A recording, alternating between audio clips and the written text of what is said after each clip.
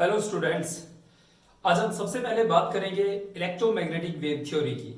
Right, हम ये देखेंगे कि ये थ्योरी क्या कहती है इलेक्ट्रोमैग्नेटिक वेव्स के बारे में। हालांकि आप ज्यादातर बातें जो इसने बताई थी वो आप जानते हैं। राइट, जैसे आप ये जानते हैं कि जो इलेक्ट्रोमैग्नेटिक वेव्स होती हैं उनकी स्पीड, चाहे वो कॉस्मिक हो चाहे वो रेडियो वेव्स हो, सबकी स्पीड सेम होती है 3 × 10⁸ मीटर पर सेकेंड। आप ये जानते हैं कि कोई भी इलेक्ट्रोमैग्नेटिक वेव जब आती है तो उसमें electric and magnetic field perpendicular होता है and perpendicular to the source also.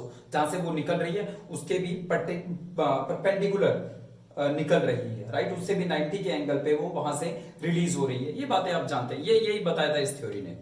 इसके अलावा ये थ्योरी जो 2-3 बातें और इंपॉर्टेंट बताती है वो देखिए। सबसे पहले ये थ्योरी इलेक्ट्रोमैग्नेटिक वेव्स के बारे में कहती है कि इलेक्ट्रोमैग्नेटिक वेव्स जिस सोर्स से निकलता है, इलेक्ट्रोमैग्नेटिक वेव्स जिस सोर्स से निकलती है, राइट, उन इलेक्ट्रोमैग्नेटिक वेव्स में एनर्जी होती है और वो एनर्जी कंटिन्यूअस आप तक पहुंचती है।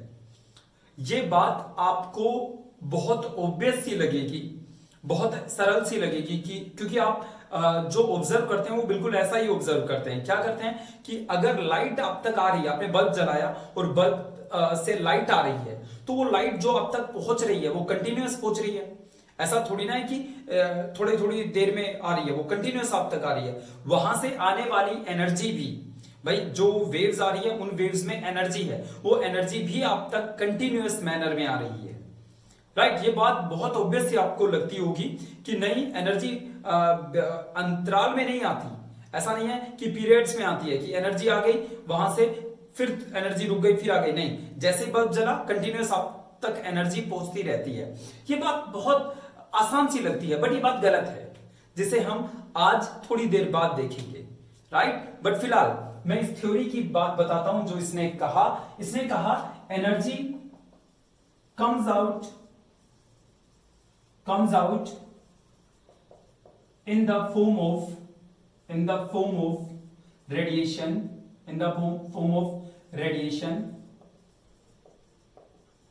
energy comes out in the form of radiation is in continuous manner।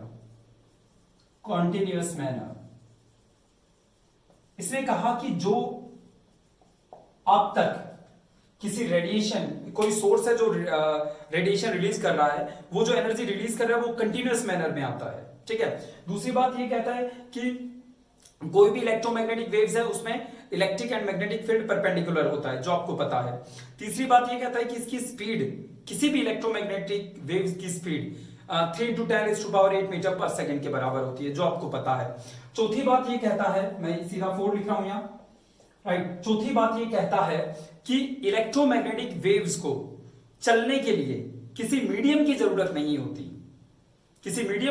नहीं होती। जैसे बच्चों साउंड वेव है, आप मेरी आवाज सुन रहे हैं, आप मोबाइल से मेरी आवाज सुन रहे हैं, तो मोबाइल से एक कुछ वेव्स निकलती हैं। राइट, कुछ वेव्स निकलती हैं, वो वेव्स एयर में प्रेजेंट मॉलिक्यूल से टकराती है।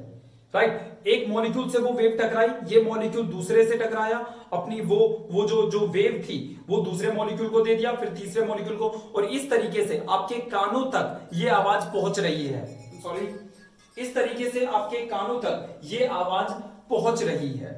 राइट, दोबारा मैं बताता हूं, जब आप मोबाइल से ये आवाज सुन रहे हैं तब मोबाइल जो आवाज निकाल रहा है या जो साउंड रिलीज कर रहा है, वो साउंड एक्चुअली मॉलिक्यूल्स की वजह से, एयर की वजह से आपके कानों तक पहुंच रहा है। राइट, वो जैसे वहां से साउंड निकला, एनर्जी निकली, वो एनर्जी मॉलिक्यूल से टकराई, वो मॉलिक्यूल अगले मॉलिक्यूल से टकराया, फिर वो अगले मॉलिक्यूल, इस तरीके से। अगर एयर ना हो तो आप आवाज नहीं सुन पाएंगे।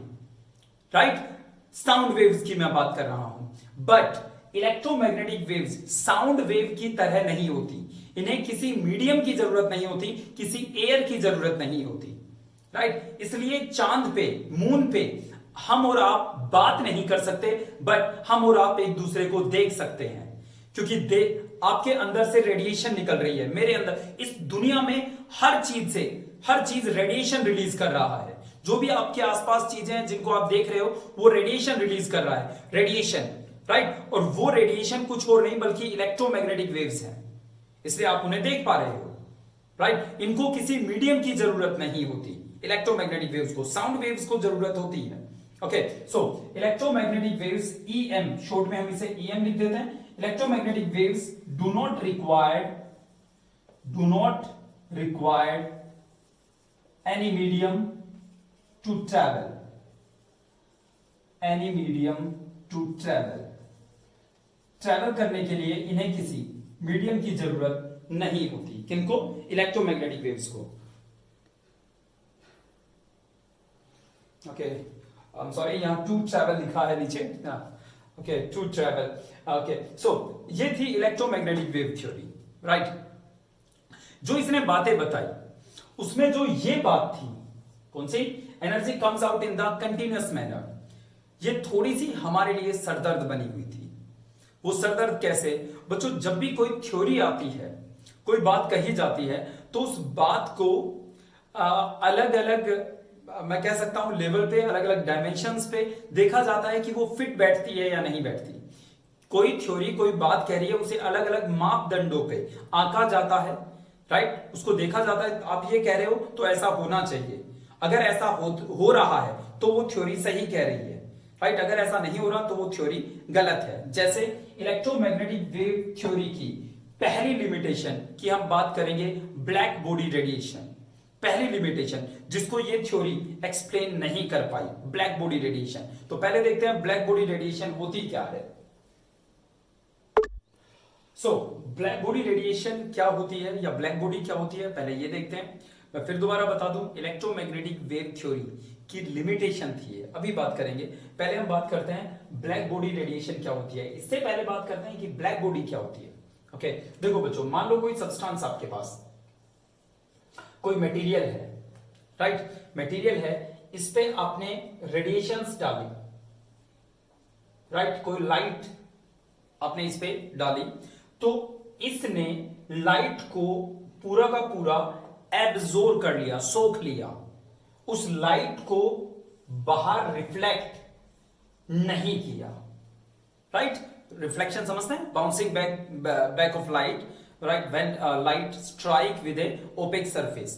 किसी ओपेक सरफेस से जब लाइट टकराती है तो वापस आती है, इसे रिफ्लेक्शन कहा जाता है। तो यहां पे कोई रिफ्लेक्शन नहीं हुआ, कोई रिफ्रैक्शन नहीं हुआ। रिफ्रैक्शन होता है कि लाइट अपना रास्ता चेंज कर ले, दैट इज कॉल्ड रिफ्रैक्शन, एक मीडियम से दूसरे मीडियम में जाने के बाद। ओके, जैसे पानी में जब लाइट जाती है तो आपने पढ़ा होगा, लाइट थोड़ा डेविएट हो जाती है, इसे रिफ्रैक्शन कहा जाता है, राइट। यहां कोई रिफ्लेक्शन नहीं हुआ, लाइट जो आई इसने पूरी लाइट को एब्जॉर्ब कर लिया, राइट। ऐसे सब्सटेंस को, ऐसे मटेरियल को ब्लैक बॉडी कहा जाता है, ब्लैक बॉडी कहा जाता है, right. So what do you mean by black body? Black body is the material which perfectly absorber और एमिटर। ये भी एक डेफिनेशन है कि ब्लैक बॉडी हम उसे भी कहते हैं जो जितनी लाइट आए उस सारी की सारी लाइट को रिफ्लेक्ट कर दे, अपने पास ना रखे, सारी की सारी उसे फेंक दे, बाहर फेंक दे, राइट, उसे भी ब्लैक बॉडी कहा जाता है, ठीक है, राइट। बट जो डेफिनेशन बहुत ज्यादा फेमस है, जिसको हम बार बार सुनते हैं, वो ये होती है कि ब्लैक बॉडी ऐसा मटेरियल है जो उस पर गिरने वाली लाइट या रेडिएशंस को एब्जॉर्ब कर लेता है, perfect absorber is called black body, right. Material that is perfectly absorb the light, that is called black body, ठीक है बच्चों। तो ये हमारा ब्लैक बॉडी है, राइट, जो इस पे लाइट गिरती है ये उन सबको एब्जॉर्ब कर लेता है। ओके, हमने इस ब्लैक बॉडी को हीट करना स्टार्ट किया, ओके, हीट करना स्टार्ट किया, तो हीट करने पर इसने जो रेडिएशन अपने अंदर से बाहर निकाली, अब ये मत कहना सर आपने कहा था ब्लैक बॉडी तो एब्जॉर्ब कर लेगा, ये एब्जॉर्ब करता जब इस पे गिरती लाइट, राइट। फिलहाल हमने उस पे लाइट नहीं डाली, उसको हीट करना स्टार्ट किया।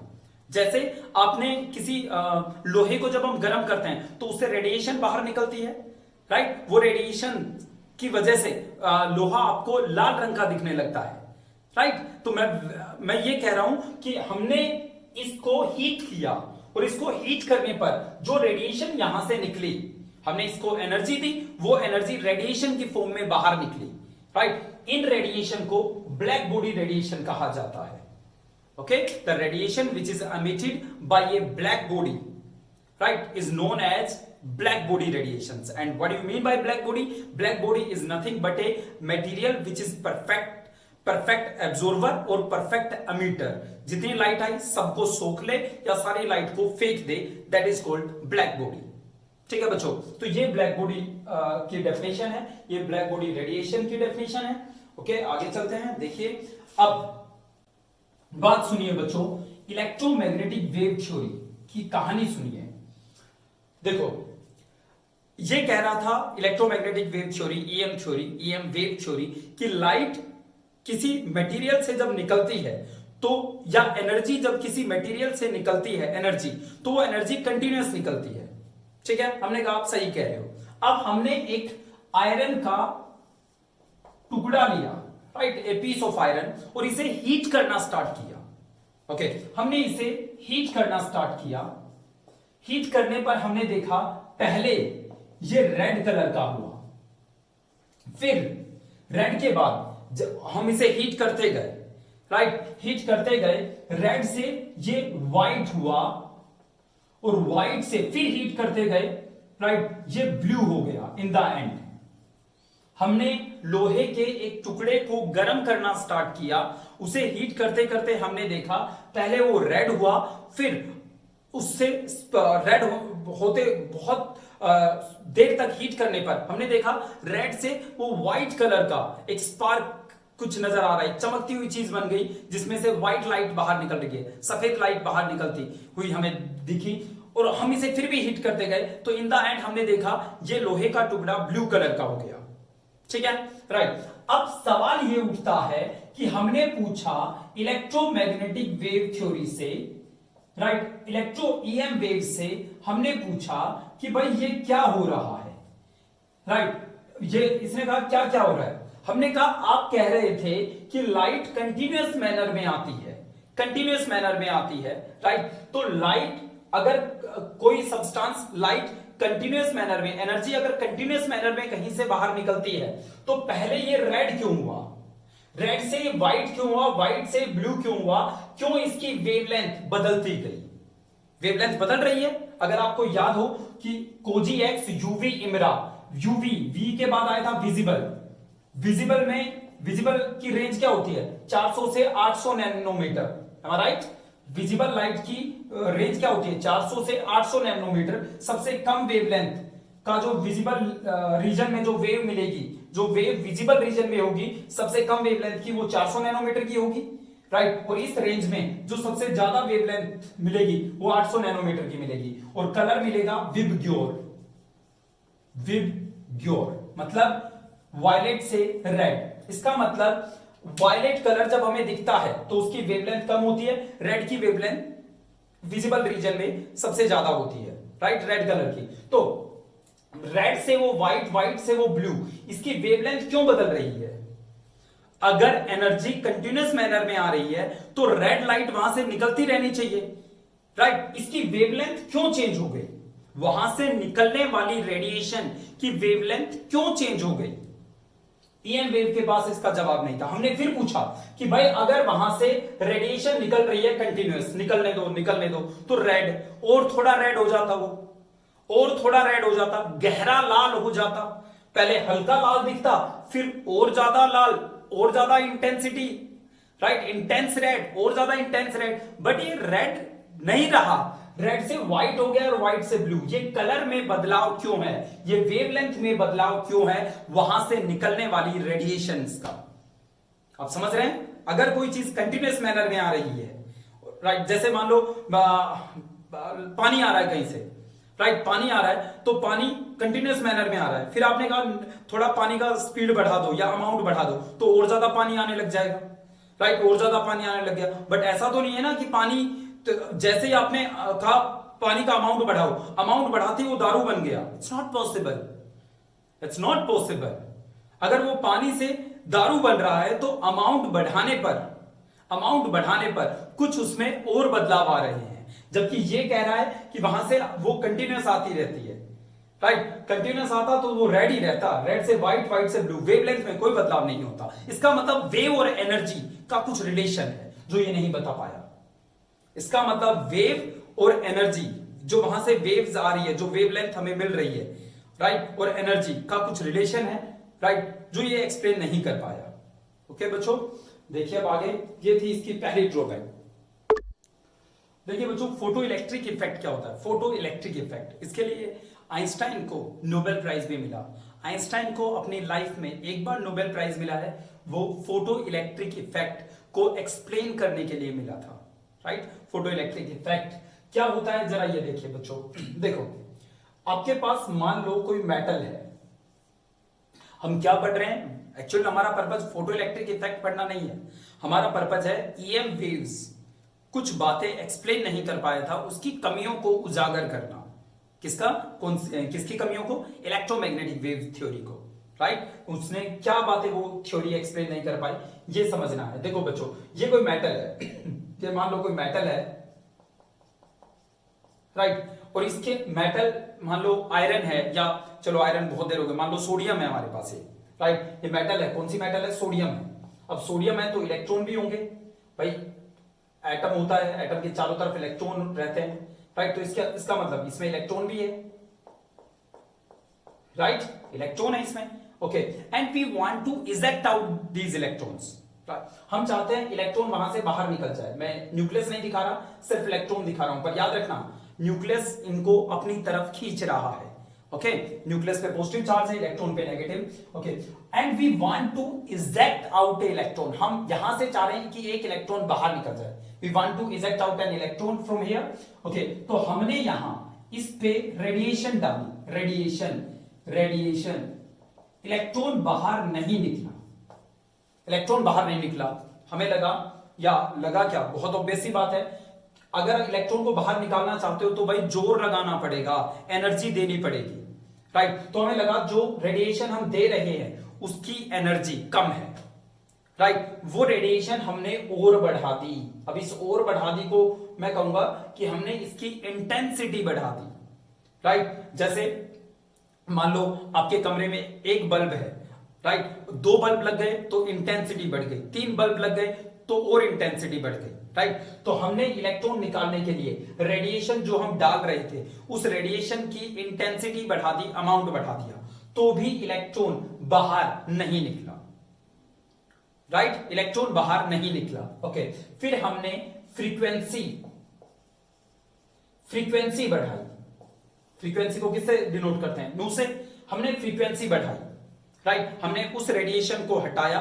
हम मान लो पहले रेडियो वेव्स यूज कर रहे थे, हमने कहा रेडियो वेव की फ्रीक्वेंसी कम होती है, चलो इस बार कॉस्मिक वेव का यूज करते हैं, कॉस्मिक की फ्रीक्वेंसी ज्यादा होती है, वेवलेंथ कम होती है, तो फिर हमने कॉस्मिक वेव का यूज किया।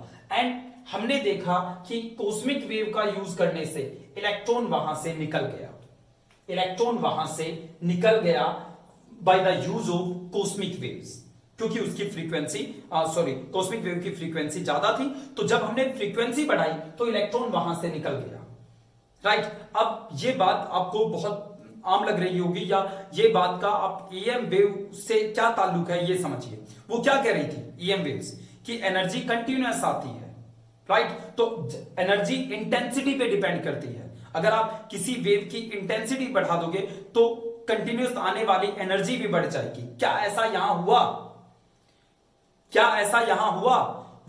हमने फ्रीक्वेंसी बढ़ाई तब इलेक्ट्रॉन बाहर निकला, इंटेंसिटी बढ़ाते गए तो उसके अकॉर्डिंग तो एनर्जी कंटिन्यूअस आती है, राइट। तो इंटेंसिटी बढ़ाएंगे, अमाउंट बढ़ाएंगे तो एनर्जी भी बढ़नी चाहिए थी, एनर्जी बढ़नी चाहिए थी तो इलेक्ट्रॉन निकलना चाहिए था। बट इंटेंसिटी बढ़ाने पर, इंटेंसिटी अमाउंट बढ़ाने पर एनर्जी बाहर नहीं निकली। एक और छोटी सी बात इंटेंसिटी के बारे में, intensity is nothing but equal to amplitude square.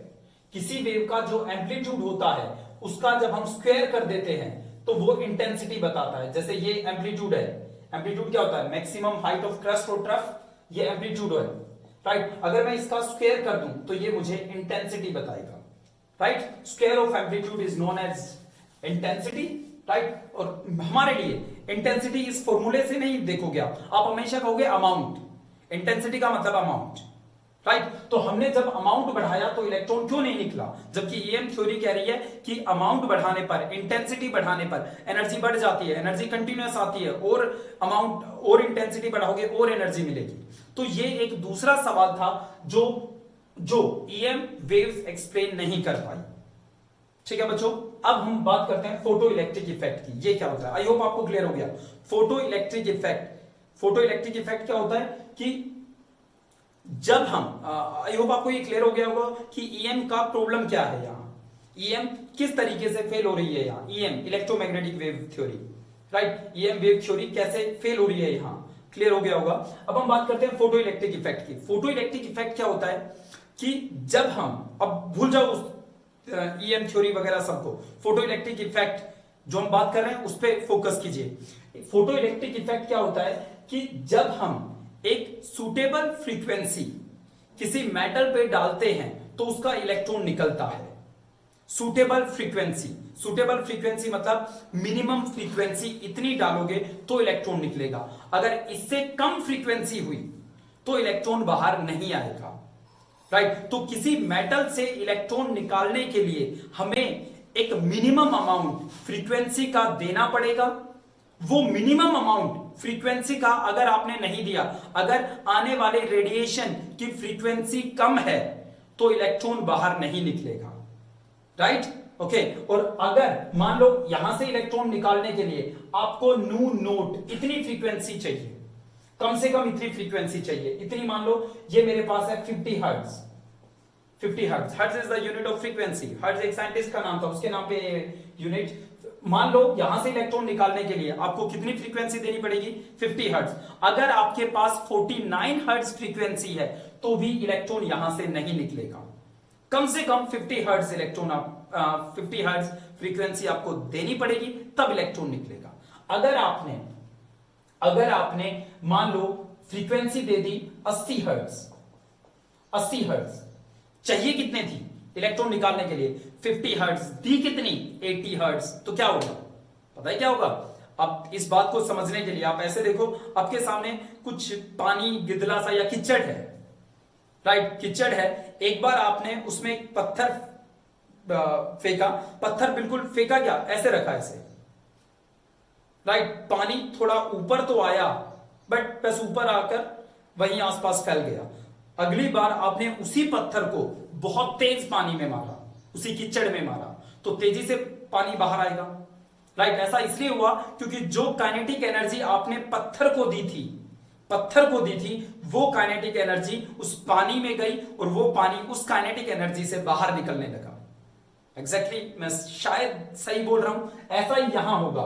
जब इसे 50 हर्ट्ज चाहिए था, आपने उसे 80 हर्ट्ज दिया, तो 50 हर्ट्ज तो इलेक्ट्रॉन को निकालने में लग जाएगा, बच गया 30 हर्ट्ज, 30 हर्ट्ज। उसकी हेल्प से ये इलेक्ट्रॉन काइनेटिक एनर्जी एक्वायर कर लेगा, राइट। जो मेरे पास 30 हर्ट्ज बच गया वो कहां जाएगा, वो 30 हर्ट्ज कन्वर्ट हो जाएगा इलेक्ट्रॉन की काइनेटिक एनर्जी में, वो भागने लगेगा, कौन, इलेक्ट्रॉन। 50 हर्ट्ज से निकला, बच गई 30 हर्ट्ज फ्रीक्वेंसी, उसको लेकर इलेक्ट्रॉन भागने लगा। ये है photo electric effect. Photo electric effect क्या होता है, according to this effect minimum amount of frequency must be supplied to a metal surface to eject the electron, right. मैं दोबारा रिपीट करता हूं definition. According to photoelectric effect, the minimum frequency must be supplied to the metal surface to eject the electron. ठीक है बच्चों, right, ये है photo electric effect. Okay, ये खत्म नहीं हुआ है, एक ग्राफ देखेंगे, बहुत प्यारा ग्राफ है, इसको हटा रहा हूं मैं। देखो बच्चों, देखो ग्राफ क्या है, जरा ये देखिए। ये मेरे पास है काइनेटिक एनर्जी इस साइड, और इस साइड है फ्रीक्वेंसी नू। ग्राफ बहुत प्यारा है, अगर समझ में आ गया तो अच्छा लगेगा, नहीं आया है तो दोबारा देखिए। ओके, देखिए, चलिए, ये आपके पास यहां पे, चलो मैं एक मेटल सरफेस भी बना देता हूं। ये मेटल सरफेस है जहां से आप इलेक्ट्रॉन निकालना चाहते हो। आपने इस पे क्या दी, रेडिएशन दी, राइट। ओके, मान लो इतनी फ्रीक्वेंसी जब आप दोगे तो इलेक्ट्रॉन बाहर निकलेगा। ये एक्स एक्सिस है, इस तरफ फ्रीक्वेंसी बढ़ती जा रही है। मान लो यहाँ 10 hertz, 20 hertz, 30 hertz, 50 hertz, right, 60, 70, 80 ऐसे है, राइट। आपने उसे 30 हर्ट्ज एनर्जी दी, तो बताओ इलेक्ट्रॉन की काइनेटिक एनर्जी कितनी होगी? उसे कम से कम 50 हर्ट्ज एनर्जी चाहिए थी इलेक्ट्रॉन निकालने के लिए मेटल सरफेस से। आपने दी 30 हर्ट्ज, काइनेटिक एनर्जी छोड़िए, इलेक्ट्रॉन निकलेगा भी नहीं, राइट। तो काइनेटिक एनर्जी बाहर ही नहीं निकला, भागेगा क्या? तो वही काइनेटिक एनर्जी 30 हर्ट्ज पे 0 होगी। फिर हमने 40 हर्ट्ज दी, 0। फिर हमने 49 हर्ट्ज दी, 0। फिर हमने 50 हर्ट्ज दी। हमने फ्रीक्वेंसी, कितनी फ्रीक्वेंसी बढ़ाकर 50 हर्ट्ज कर दी। काइनेटिक एनर्जी कितनी होगी? 0, क्योंकि उसे निकलने के लिए 50 हर्ट्ज फ्रीक्वेंसी चाहिए थी और आपने 50 हर्ट्ज ही दी है, तो 0 होगी। फिर आपने दी 60 हर्ट्ज। अब इसकी काइनेटिक एनर्जी कुछ बढ़ जाएगी 60 हर्ट्ज देने पर। तो मैं ये पॉइंट यहां लगाऊंगा कि 60 हर्ट्ज दी, इलेक्ट्रॉन निकल गया और उसकी काइनेटिक एनर्जी इतनी है, राइट। तो ये, फिर मैंने 70, तो काइनेटिक एनर्जी और ज्यादा। तो ये ग्राफ कुछ ऐसा बनेगा। देखो बच्चों, ये ग्राफ कुछ ऐसा बनेगा, ओके। यहां तक काइनेटिक एनर्जी निकला ही नहीं, 50 हर्ट्ज पे भी निकल तो गया, बट काइनेटिक एनर्जी 0। अगर 50 हर्ट्ज से ज्यादा एनर्जी दी, फिर काइनेटिक एनर्जी बढ़नी स्टार्ट होगी। तो ये ग्राफ है, बहुत इंपॉर्टेंट ग्राफ है, इस अपनी नोटबुक में जरूर लिखें, और सिर्फ लिखें नहीं, अपने दिमाग में भी लिखें, क्योंकि एग्जाम में नोटबुक नहीं, आपका दिमाग आपके साथ जाएगा, ओके। और अगर नोटबुक एग्जाम में लेके गए तो केस बन सकता है। सो रिस्क मत लीजिए, बहुत आसान सी चीज है, दिमाग में रखिए चीजों को, ओके। चलिए, तो ये मेरे पास है ग्राफ फोटो इलेक्ट्रिक इफेक्ट का। एक और ग्राफ देखते हैं, एक और ग्राफ, आई होप आपको ये क्लियर हो गया होगा। चलिए हटाओ इसे, ये क्लास की आदत है, हटाएं, ओके। चलिए बच्चों, सॉरी, यहां देखिए, आपके पास इस साइड है काइनेटिक एनर्जी और इस साइड है इंटेंसिटी, अमाउंट, ओके। देखो, क्या अमाउंट बढ़ाने पर एनर्जी पे फर्क पड़ता है? बिल्कुल नहीं, यही तो फेल हो गई थी हमारी ये थ्योरी। इंटेंसिटी बढ़ाने पर एनर्जी पे कोई चेंज नहीं आता। अगर आपके कमरे में एक रेड बल्ब है, राइट, एक की बजाय आपने 2 रेड बल्ब लगा लिए, 3 लगा लिए, तो एनर्जी में कोई चेंज नहीं आएगा। जो वहां से वेव्स निकल रही है, राइट, उनकी एनर्जी सेम होगी। इंटेंसिटी एनर्जी को प्रभावित नहीं करता, राइट। तो मैं जो ग्राफ बनाऊंगा वो कुछ ऐसा बनाऊंगा, इंटेंसिटी और काइनेटिक एनर्जी का।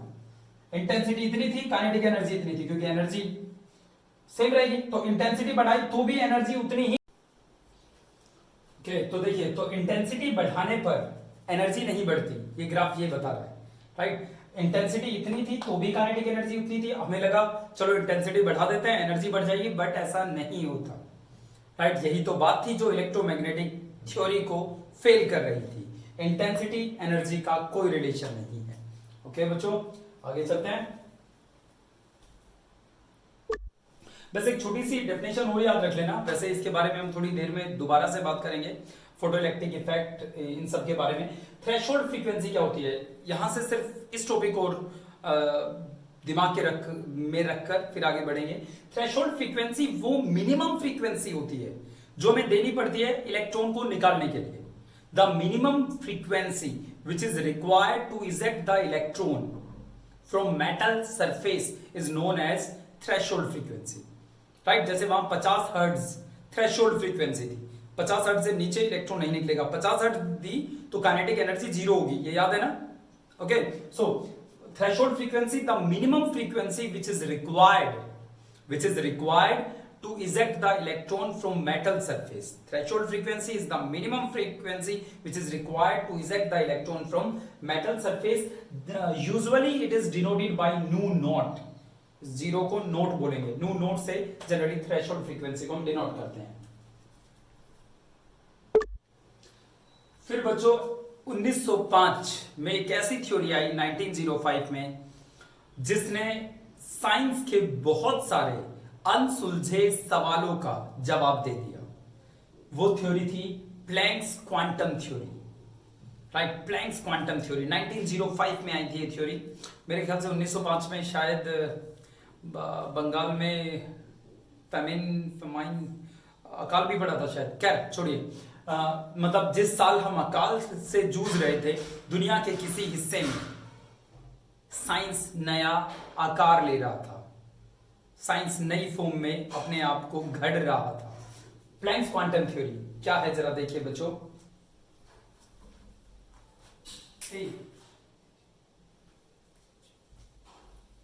प्लैंक्स क्वांटम थ्योरी, इसने कहा कि एनर्जी, ये शायद आपको थोड़ा सा अचंभित कर दे, सरप्राइज कर दे कि एनर्जी आप तक कंटिन्यूअसली नहीं आती बल्कि पैकेट्स में आती है। एनर्जी कंटिन्यूअस नहीं आती बल्कि पैकेट्स में आती है, राइट। और उन पैकेट्स को क्वांटा कहा जाता है। जो बोल रहा है वो प्लैंक्स बोल रहा है, राइट। मैं प्लैंक्स की बातों को रटकर तब आपके सामने बता रहा हूं, ठीक है। तो प्लैंक्स क्वांटम थ्योरी में प्लैंक्स क्या कहता है कि एनर्जी पैकेट्स में आती है और उस पैकेट को क्वांटा कहा जाता है। मतलब जैसे आप जो अभी अगर आपके कमरे में बल्ब जल रहा है तो बल्ब से जो लाइट आप तक आ रही है वो पैकेट्स में आ रही है, पैकेट्स में, राइट। जैसे कोई चॉकलेट का पैकेट है, राइट, तो वो चॉकलेट के पैकेट्स जैसे आ रहे हैं वैसे आप तक एनर्जी आ रही है। और हर पैकेट को प्लैंक्स ने क्वांटा कहा, क्वांटा, राइट। अगर आप सरप्राइज हैं तो इस बात को ऐसे समझें, जब नदी चलती है, नदी बहती है, तो नदी बहते टाइम आपको ऐसा लगता है कि वो कंटिन्यूअस है, उसके अंदर कुछ गैप नहीं है। बट आप उस नदी को अगर आप H2O की फॉर्म में देखो कि एक एक H2O है यार, वो नदी कंटिन्यूअस नहीं है बल्कि छोटे छोटे पैकेट्स हैं, उन पैकेट से मिलकर वो नदी बनी हुई है, am I right? Right, H2O से मिलकर ही तो वो नदी बनी हुई है। ऐसे ही यही हाल हमारी लाइट का है। लाइट जब आप तक आती है तो लगता है वो कंटिन्यूअस है बट वो बहुत सारे पैकेट्स में बहकर आ रही है, इस वजह से आपको वो कंटिन्यूअस दिख रही है, राइट। उन पैकेट्स को प्लैंक्स ने क्वांटा कहा और ये कहा कि हर क्वांटा, हर पैकेट की एनर्जी डायरेक्टली प्रोपोर्शनल होती है उस पैकेट की फ्रीक्वेंसी के, उस वेव की फ्रीक्वेंसी के, राइट। जो रेडिएशन, जो वेव्स आप तक आ रही है वो पैकेट्स में आ रही है और हर पैकेट की अपनी फ्रीक्वेंसी है, राइट। हर पैकेट की अपनी फ्रीक्वेंसी है। अगर फ्रीक्वेंसी ज्यादा होगी तो उस पैकेट की एनर्जी भी ज्यादा होगी। अगर फ्रीक्वेंसी ज्यादा होगी उस पैकेट की तो एनर्जी भी ज्यादा होगी। So energy is directly proportional to frequency of the wave, frequency of that packets, frequency of the quanta. Okay, right? आपको पता है, अगर नहीं पता तो अब सुनो, इस साइन को हम ज्यादा देर तक बर्दाश्त नहीं करेंगे। ओके, इसको हटाएंगे, कोई कांस्टेंट लेके आएंगे, E is equal to H nu. H यहां पे कांस्टेंट है और H को हम प्लैंक्स कांस्टेंट के नाम से जानते हैं, Planck's constant, right. Planck's constant H की वैल्यू होती है, H की वैल्यू है 6.6 इंटू 10⁻34 जूल सेकेंड। याद रखना, joule second, not joule per second. 6.6 into 10⁻34 joule second, ये प्लैंक्स कांस्टेंट की वैल्यू होती है, राइट। ओके, न्यू क्या है? Frequency. H Planck's constant. Planck's ने प्लैंक्स कांस्टेंट को H से ही क्यों डिनोट किया? ये स्टोरी मैंने पढ़ी है कि मे बी ये गलत हो सकती है। At that time he was in Hungary, वो हंगरी में था उस टाइम, राइट। जब वो ये रिसर्च कर रहा था तो हंगरी का सिंबल, राइट, H, तो यूरोपियन कंट्री है हंगरी, तो उसके नाम पे ये गलत हो सकता है, I am not very sure.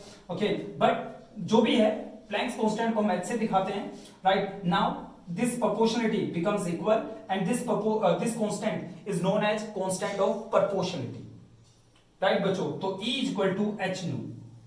Okay, अगर आपको फ्रीक्वेंसी पता है तो आप उसकी एनर्जी निकाल सकते हैं, किसकी? उस वेव की, उस पैकेट की। एक और बात, ये जो h nu है ये एक पैकेट की एनर्जी है, राइट, एक पैकेट की, राइट। जैसे मैं आपसे कहूं कि फ्रीक्वेंसी इतनी है तो बताओ उसकी एनर्जी कितनी होगी, राइट। ओके, और आपके पास 100 पैकेट आ रहे हैं ऐसे, तो आप कहोगे E equal to H nu, एक पैकेट की एनर्जी इतनी, मेरे पास 100 पैकेट आ रहे हैं इनटू 100, तो 100 इनटू एच न्यू आपको टोटल एनर्जी देगा। ये इसको पूरे को सोल्व करोगे तब, ठीक है बच्चों। एच न्यू एक पैकेट की एनर्जी है। ओके, इसे लिखिए, डेफिनेशन लिखिए। According to Planck's quantum theory, energy of any wave is directly proportional to frequency of the wave. Right. फिर ये लिखिए E is directly proportional to nu, E is equal to h nu, h is Planck's constant, here it behaves as a constant of proportionality, h की value 6.6 into 10 raised to power minus 34 joule second. Okay, अगर ये packet किसी light का है, मतलब heat का नहीं है, प्रेस गर्म है, बल्ब जल रहा है, राइट, प्रेस गर्म है और बल्ब जल रहा है, दोनों में से रेडिएशन बाहर निकल रही है। मैं सही कह रहा हूं? प्रेस गर्म है और बल्ब जल रहा है, दोनों में से रेडिएशन बाहर निकल रही है, बट एक रेडिएशन को आप देख पा रहे हैं, बल्ब वाली रेडिएशन को, राइट। प्रेस की जो रेडिएशन है, प्रेस में से जो रेडिएशन बाहर निकल रही है, प्रेस, कपड़ों वाली प्रेस, वो उस रेडिएशन को आप नहीं देख पा रहे। तो दोनों से एनर्जी बाहर निकल रही है, दोनों से वेव्स बाहर निकल रही है, दोनों से पैकेट्स बाहर निकल रहे हैं एनर्जी के, राइट। तो लाइट का जो पैकेट है, उस पैकेट को हम क्वांटा या फोटोन भी कहते हैं। लाइट का packet is also called photon. तो क्वांटा कब फोटोन बन जाएगा? क्वांटा पैकेट कब फोटोन बन जाएगा? जब वो पैकेट लाइट से निकल रहा होगा। आई होप आपको मेरी बात समझ में आ गई होगी। प्रेस, बल्ब से लाइट बाहर आ रही है, प्रेस से हीट बाहर आ रही है, दोनों से रेडिएशंस बाहर आ रही है, दोनों से इलेक्ट्रोमैग्नेटिक वेव्स बाहर आ रही है, राइट। बट लाइट वाले से जो पैकेट बाहर आ रहा है, हमने उसे फोटोन कहा। प्रेस से जो पैकेट बाहर आ रहा है, उसे हमने क्वांटा कहा, राइट। तो क्वांटा और फोटोन एक ही है। तो ये एनर्जी एक फोटोन की भी हो सकती है in form of light. When the waves are light, then this is the energy of a photon. बच्चों, energy possessed by 1 mole of photon, मतलब ये एक फोटोन की एनर्जी है, एक फोटोन की। अगर मैं इसे एवोगैड्रो नंबर से मल्टीप्लाई कर दूं, तो एवोगैड्रो नंबर का मतलब 1 मोल, राइट। तो ये जो एनर्जी आएगी, उस एनर्जी को हम 1 आइंस्टाइन ऑफ एनर्जी कहेंगे। 1 आइंस्टाइन मतलब, मैंने कहा यार आपके पास फ्रीक्वेंसी इतनी है, तो बताओ 1 आइंस्टाइन एनर्जी कितनी होगी, राइट। जैसे मैंने कह दिया आपसे कि भाई मेरे पास एक फोटोन है या एक वेव है, उसकी फ्रीक्वेंसी 50 है, 50। तो बताओ मेरे पास अगर कोई वेव है जिसकी फ्रीक्वेंसी 50 हर्ट्ज है, तो बताओ इस फ्रीक्वेंसी की 1 आइंस्टाइन एनर्जी कितनी होगी? 1 आइंस्टाइन एनर्जी कितनी होगी? तो देखिए, ये फ्रीक्वेंसी है, तो frequency into h, 6.6 into 10 raised to power -34, ये एक फोटोन की एनर्जी हो गई। 1 आइंस्टाइन एनर्जी इतने फ्रीक्वेंसी का, जब अगर मैं इसे एवोगैड्रो नंबर से मल्टीप्लाई कर दूंगा, तो ये जो एनर्जी आएगी, ये इतने पैकेट्स की आएगी या इतने फोटोन की आएगी, यानी 1 मोल फोटोन की एनर्जी होगी। और 1 मोल फोटोन की energy he 1 Einstein of energy कहलाता है। 1 आइंस्टाइन ऑफ एनर्जी, कम ही सुनोगे इसे, बस याद रखना। 1 मोल ऑफ फोटोन के पास जो एनर्जी होती है, वो 1 आइंस्टाइन ऑफ एनर्जी कहलाती है। फोटो इलेक्ट्रिक इफेक्ट्स पे दोबारा से आते हैं। फोटो इलेक्ट्रिक इफेक्ट क्या होता है कि एक मेटल सरफेस है, राइट, वहां से इलेक्ट्रॉन बाहर निकालना है, तो कम से कम हमें न्यू नोट फ्रीक्वेंसी देनी पड़ेगी, तब इलेक्ट्रॉन वहां से बाहर निकलेगा, राइट। न्यू नोट फ्रीक्वेंसी अगर हमने दी, या हमें देनी पड़ेगी, कम से कम इतनी फ्रीक्वेंसी देनी पड़ेगी। तो मैंने कहा बताओ कम से कम कितनी एनर्जी देनी पड़ेगी। मैंने आपको फ्रीक्वेंसी बता दी और एनर्जी पूछी, तो आपने कहा एनर्जी होगी E is equal to H nu naught. अगर कम से कम इतनी फ्रीक्वेंसी आप दे रहे हो, तो आप इतनी एनर्जी दे रहे हो, राइट। सो मिनिमम एनर्जी जो आप सप्लाई कर रहे हो किसी मेटल से इलेक्ट्रॉन निकालने के लिए, ये मेटल का वर्क फंक्शन कहलाता है। दोबारा सुनिए, किसी मेटल का वर्क फंक्शन क्या होता है? वर्क फंक्शन क्या होता है किसी मेटल का? वर्क फंक्शन वो कम से कम एनर्जी है किसी मेटल को जो हमें देनी पड़ती है उसका इलेक्ट्रॉन निकालने के लिए। कम से कम एनर्जी, फ्रीक्वेंसी नहीं। अगर मैं कम से कम फ्रीक्वेंसी की बात करूं, तो वो कहलाती है थ्रेशोल्ड फ्रीक्वेंसी। थ्रेशोल्ड फ्रीक्वेंसी है न्यू नोट। इतनी फ्रीक्वेंसी देंगे तो इलेक्ट्रॉन बाहर निकलेगा। तो बताओ कितनी एनर्जी देंगे तो इलेक्ट्रॉन बाहर निकलेगा? तो इस फ्रीक्वेंसी को जब आपने h से मल्टीप्लाई किया, तो आपने बता दिया कि इतनी एनर्जी दोगे तो इलेक्ट्रॉन बाहर निकलेगा। तो अब जो एनर्जी की बात हो रही है, वो एनर्जी उस मेटल का वर्क फंक्शन कहलाती है। जैसे आपसे कहा भाई इस मेटल का वर्क फंक्शन बताओ, तो सामने वाला ये पूछ रहा है कि कम से कम कितनी एनर्जी दोगे तो इलेक्ट्रॉन बाहर निकलेगा। ठीक है बच्चों, वर्क फंक्शन को कभी कभी हम डब्ल्यू नोट से भी डिनोट कर देते हैं, डब्ल्यू नॉट।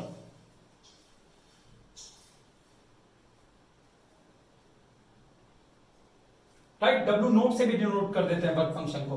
राइट, तो डब्ल्यू नोट से ही अब हम डिनोट करेंगे work function, minimum energy which must be supplied to a metal to eject the electron. Right, तो इस मेटल का वर्क फंक्शन डब्ल्यू नोट है। अब ध्यान से समझना, डब्ल्यू नोट है। राइट, डब्ल्यू नोट क्या है? कम से कम एनर्जी। उसको मैं यहां लिख रहा हूं, मान लो वो कम से कम एनर्जी है 20 जूल। मतलब वर्क फंक्शन इस मेटल का, एम नाम की मेटल का कितना है? 20 जूल। मतलब 20 जूल एनर्जी देंगे तो इलेक्ट्रॉन बाहर निकलेगा।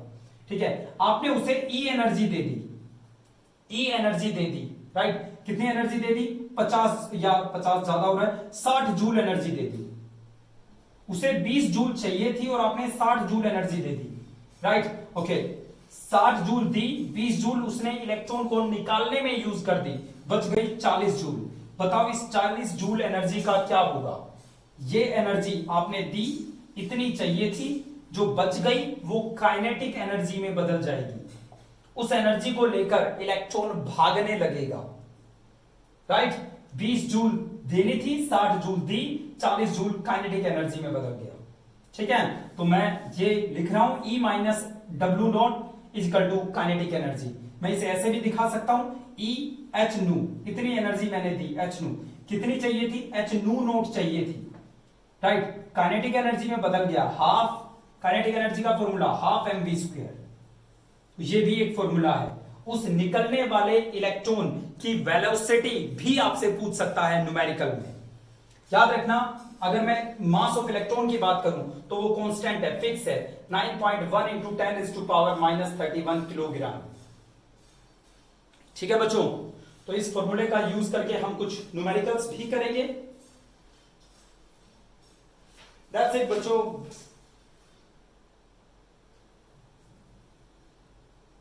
एक छोटी सी बात और मैं बताना चाहूंगा, यस, फोटो इलेक्ट्रिक इफेक्ट, ये हो गया बच्चों। न्यूमेरिकल्स करेंगे तब इस फॉर्मूले का यूज करेंगे। एक और बात जो एक बच्चे ने भी पूछी थी, इलेक्ट्रॉन वोल्ट क्या होता है? इलेक्ट्रॉन वोल्ट, इलेक्ट्रॉन वोल्ट किसे कहते हैं? देखो, अगर आपने स्पाइडरमैन फिल्म देखी है, इलेक्ट्रॉन वोल्ट, इसको ई और छोटे से बी इससे डिनोट किया जाता है, ईवी। सॉरी उल्टा लिख दिया, ईवी ऐसे डिनोट करते हैं। सॉरी बच्चों, इलेक्ट्रॉन वोल्ट। राइट, बहुत बार एन नहीं लिखते, इलेक्ट्रो वोल्ट लिख देते हैं सिर्फ। ईवी, ये इलेक्ट्रॉन वोल्ट है। क्या होता है इलेक्ट्रॉन वोल्ट? ये एनर्जी की यूनिट है।